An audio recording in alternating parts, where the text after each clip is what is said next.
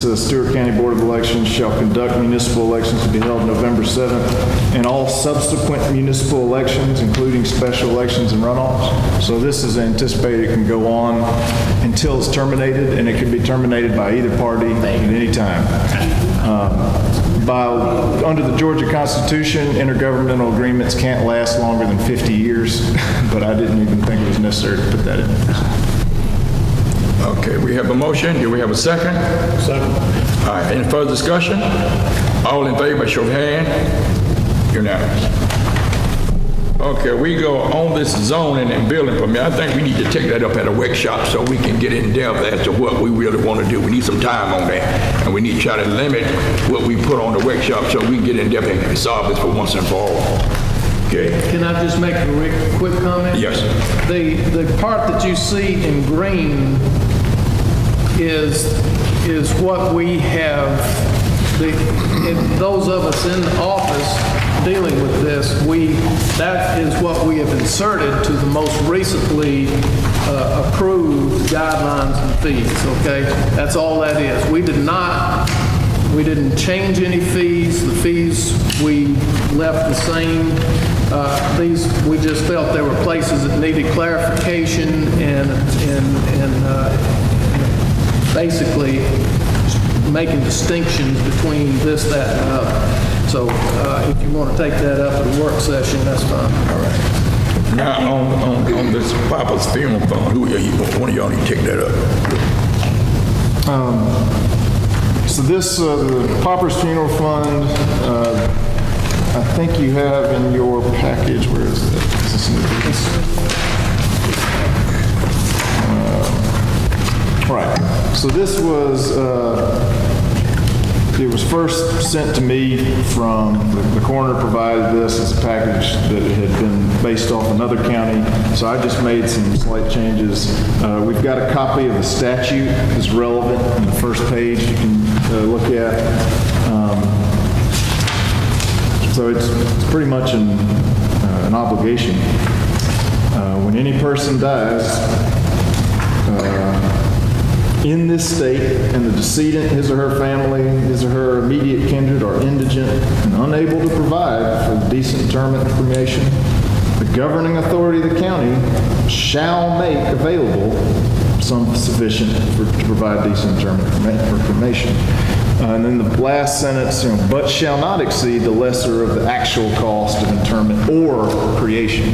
And I think that's where the legislature was just trying to not impose an overly burdensome obligation on you. Whatever is the lower of the cost, you're allowed to impose here. Now, in the resolution, there are two shaded parts, because I actually wanted for y'all to decide whether you wanted this how you wanted it to apply. Do you want an application to come to the county clerk, or to the coroner, or to both? As drafted right now, either one of them could accept the application. But like only one of them to, it can be changed. Yes, sir. I'd like both to be notified at the same time. Okay. Then it's good as is, and we'll just ignore the shading. Well, but you would say, and. That's right. Oh, I'm sorry, I'm looking. It should say county coroner and the county clerk then, right? If both, I'm sorry, you want it to go to both of them? Please, yeah, Okay. that's what I'm saying now. I'm saying both parties needs to be notified. That way there's nobody dropping the ball. Sure. We can't say we wasn't notified if it's not in there. So do we want applications on Section 5 can be obtained from one or the other, but the applications have to be submitted to both?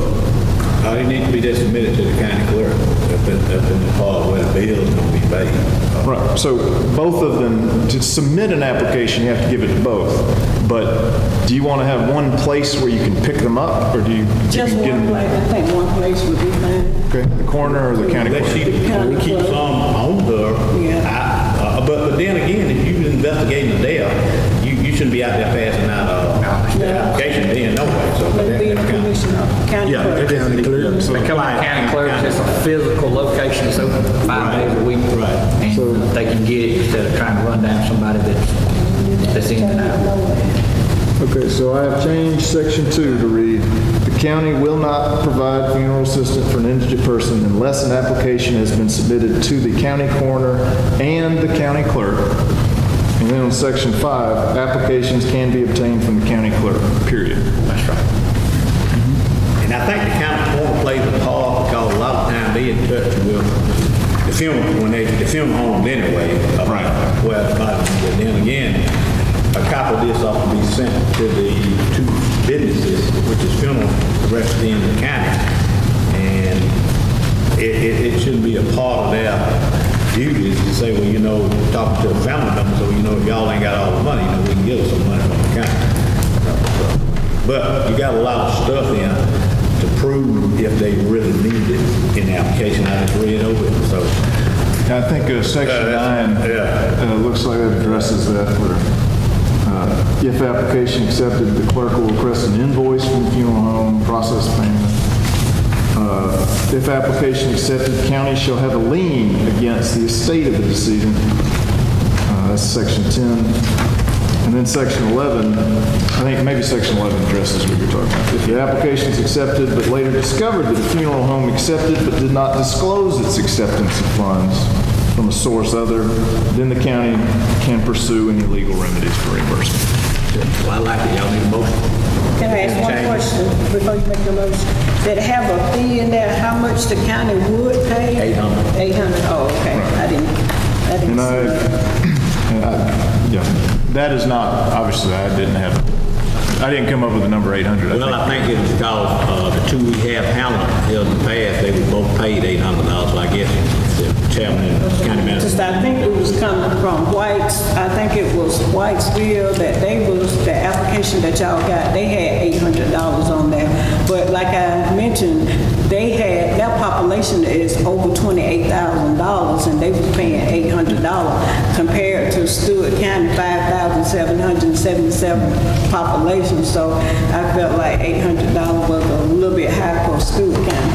Well, I think it's fine because cremations are more expensive than they were years ago because when we first got the fireman commission, that was talk that we would pay up, I think it was like $300 or $350, and that was back in 97 or 98, and none of y'all was board number, but I was, but it just we just never had that written in policy, and never had a resolution on it, so. I think, Isn't there a line item on the budget? That's just $500. right, that'd have to be Y'all another want to change. move back to 5? Since it's already in there, you went out to change that. County manager, you had looked into this. The total budget, I'm sorry, go ahead.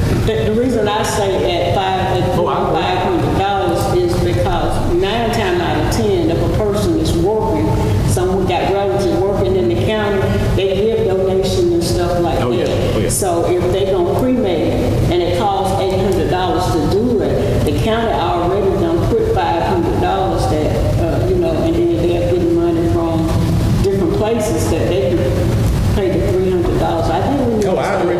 And now, one reason I agree is because clerk says just a line item in there for 500 anyway, so we changing that and cremation around 1,800. So.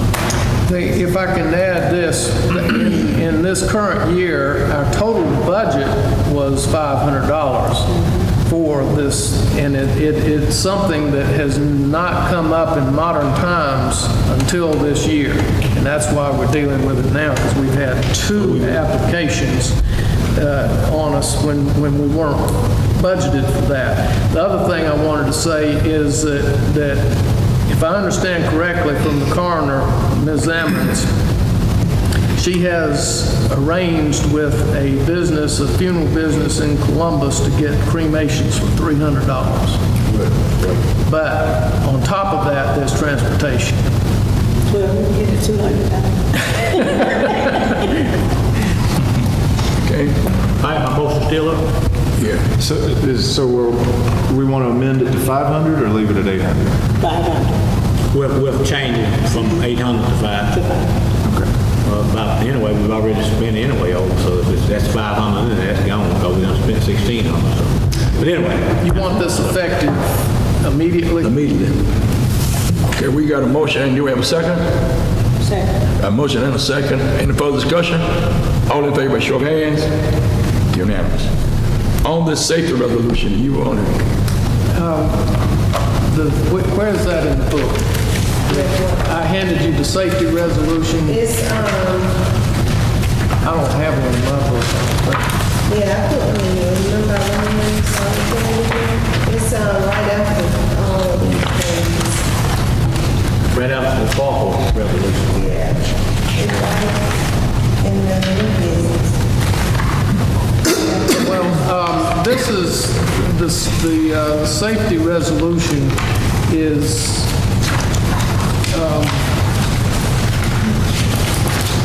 the purpose of the safety resolution is twofold. One is to make our employees aware that safety, we do expect them to work in a safe environment and with safe practices, and that each one of them has a responsibility to be safe.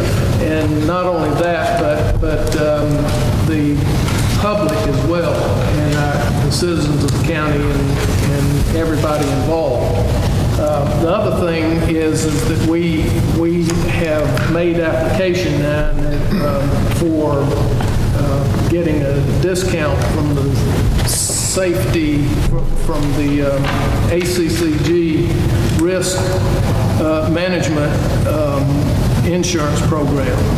And if, assuming we qualify, which we're fairly close to qualifying, we're going to have a meeting on the 21st with a representative from ACCG. We will become eligible for a discount on our insurance rates.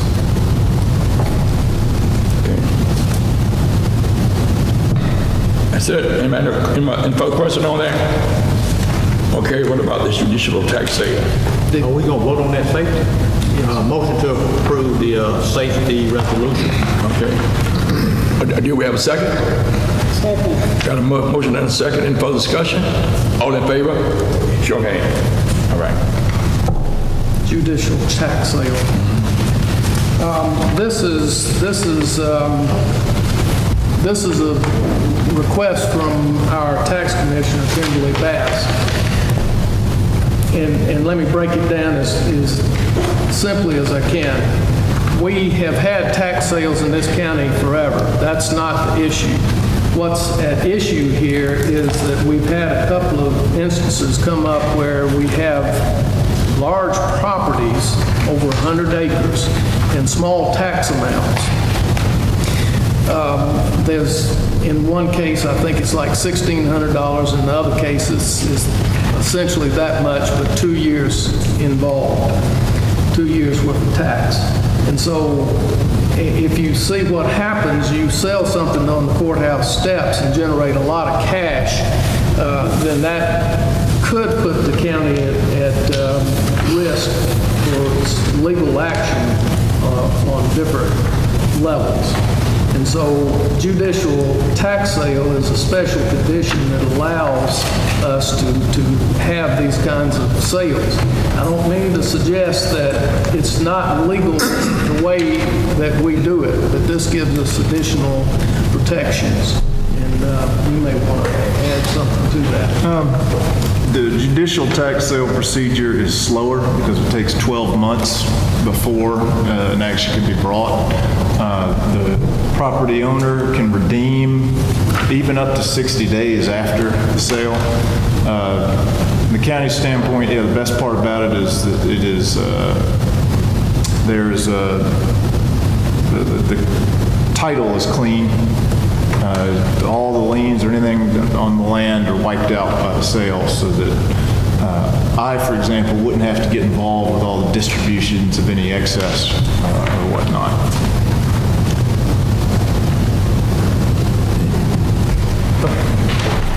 I'm new to this, I'm looking forward to doing the capacity. Because my understanding, Want to come up here so we can hear you?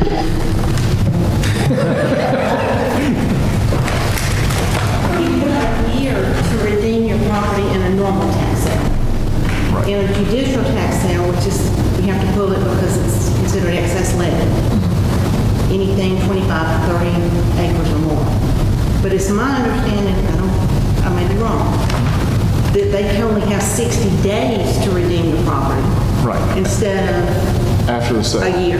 Right. 60 days after. the That's sale. right, yeah. Okay. I misunderstood you. I thought you said they had up to, Oh, sorry, no, yeah. So basically, you buy that much, instead of waiting a year, try to get it back, you got 60 60 days. days. It's my understanding it'll be free. Wow. But the After the county- sale, 60. After the sale. But the county has to pass a resolution for me to do this. Okay. Can't do it without that.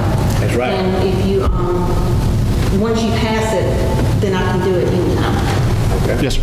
You know, just general knowledge, after the 60 days, because this is new, I've never heard of this till now. After the 60 days, do they have to make any, 60 days is it? They don't have to notify the person in the other one in a year, you have to try and notify them. In 60 days, it transfers. Yeah, after a year and then the sale, and then after 60 days, I don't, off the top of my head, and without having the statute in front of me, I don't think that there was any additional requirement. Because, I mean, typically, for you to even be at this case, someone has been AWOL or not answering for a long time, so. All right. Motion to approve the judicial tax foreclosure sale. How do you want to write it? We got a motion. Do we have a second? Second. Got a motion and a second. Any further discussion? All in favor by show of hands? Resolution 4 and 1 against. enabled. We got 4 for and Commissioner Nelson was against. Oh, okay. I'm sorry, I was talking. I'm sorry. The motion is by Mr. Jolie. Second by, Vice Chair.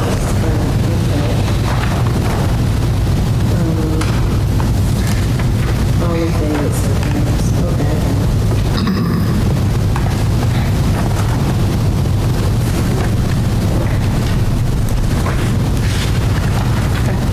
Now, at this time, we're down to the E911 as far as the invoice. And I would like to make a motion to close the regular meeting out and to go into executive session to discuss the E911 authority and personnel. You have a second? A second. Any further discussion? Just to be clear, you're saying to recess this meeting. Right, you're right. Not to You're close. not- Yeah, you recess to me, yes, I'm sorry. Rephrase. All in favor? Show of hands. Okay. Put your cell phones in here.